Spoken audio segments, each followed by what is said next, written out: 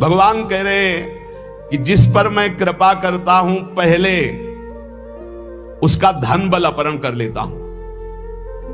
ये धन बल अपहरण कर लेता हूं। जब वो निर्धन हो जाता है तो सगे संबंधियों का अपहरण कर लेता हूं। या तो सगे संबंधी छोड़ देंगे, देखा ना पिता रास्ते में ही राधे श्याम। बहुत कृपा समझना कठिन है। सुनाया था एक बार भगवान शंकर की कृपा। माता पार्वती जी से कहा चलो मैं आपको अपने भक्त के दर्शन कराता हूं। बोले चलो प्रभु।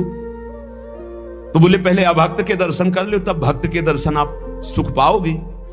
तो गए तो सुपारी कतर रहे थे बैठे, इसमें बढ़िया गद्दा लगा हुआ था, गिरदा लगा हुआ, 50 गाय 50 भैंसे दूध दुही जा रही थी। प्रातःकालीन का समय था। संत वेश में गए और कहा भगत जी 100 ग्राम दूध दे दो, शालिग्राम भगवान को स्नान कराना है। चल दिया सुबह से, और क्या क्या बोलना सो। महादेव जी ने कहा हे भगवान, जितनी संपत्ति और वैभव इससे दुगना इसकी कर दो। माता जी ने कहा औघड़ इसीलिए कहा जाता है इनको, बड़े औघड़ नाथ है। 100 ग्राम दूध ले दिया, गाली दिया, ऊपर से कह रहे संपत्ति कह दो दुगनी।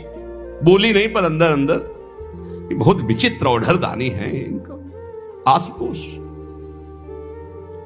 बोले चलो भगत के दर्शन। बोले अभक्त तो ऐसा था कि अगर आप साथ ना होते तो इसको भस्म ही कर देती हम, क्योंकि अंबा तो शक्ति है। आपका अपमान। अभक्त ऐसे ही होते हैं, तुम्हें नाराज नहीं होना। भक्त के पास गए, एक झोपड़ी फूस की, एक गाय, और उसी फूस की झोपड़ी में माँ उसकी मैया रहती थी। गए जो देखा संत तो साष्टांग दंडवत किया, आओ बैठो बैठाला। 100-200 ग्राम गाय का दूध होगा, वो बढ़िया पान करने को ले दिया। प्रभु थोड़ी देर भगवत चर्चा हुई।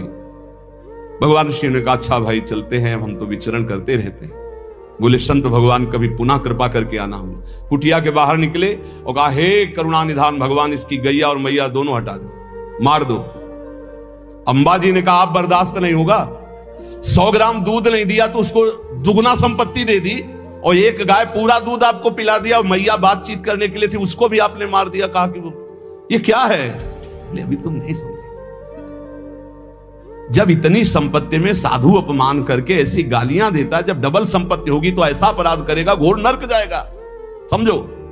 और इसका कुछ मन मैया में जाता है, कुछ गैया में जाता है। दोनों भगवान के पास गए, अखंड हमारा चिंतन करेगा या हमें लीन हो जाएगा। माता जी का ये बात तो सही। तो बोले जिस पर मैं कृपा करता हूं इस माया प्रपंच से उसे अपने स्वरूप में स्थित करता हूं। वो जरूरत देखो, जरूरत है। ऐसा नहीं कि एक बुखार की दवा सबके साथ चलेगी। बुखार की भी क्वालिटियां हैं, समझना। अब मलेरिया है तो उसके लिए अलग, डेंगू है तो उसके लिए अलग, साधारण वायरल है तो उसके लिए अलग। हम लोग साधारण बुखार वाले हैं, चिंता मत करो। ऐसे हाई इंजेक्शन नहीं लगेंगे जैसे त्रिपुरदास जी के लगे, या प्रहलाद जी के लगे, या नरसिंह मेहता जी के लगे, या मीरा जी के लगे। अपने लोगों के नहीं लगेंगे। बहुत ऐसे वायरल, जैसे ऋतु का बुखार है ना, अपने लोग ऐसे बुखार के मरीज हैं। डेंगू वाले नहीं है कि भर्ती हो जाए प्लेटें कम हो रही। डरना मत। अलग अलग बुखार की जैसे दवा, ऐसे अलग अलग भक्ति की स्थिति की परीक्षा होती है। अब इसकी स्थिति क्या होगी वो तो जगत पावन करने वाले भगवान ये देखते हैं। बहुत सुंदर बात है ये, अगर समझ में आ जाए। भगवान अंधकार का नाश कर देते हैं, भगवान स्वप्न का नाश कर देते हैं। ये सब स्वाप्निक जगत है। अब मोह ममता से युक्त इसलिए डर जाओगे।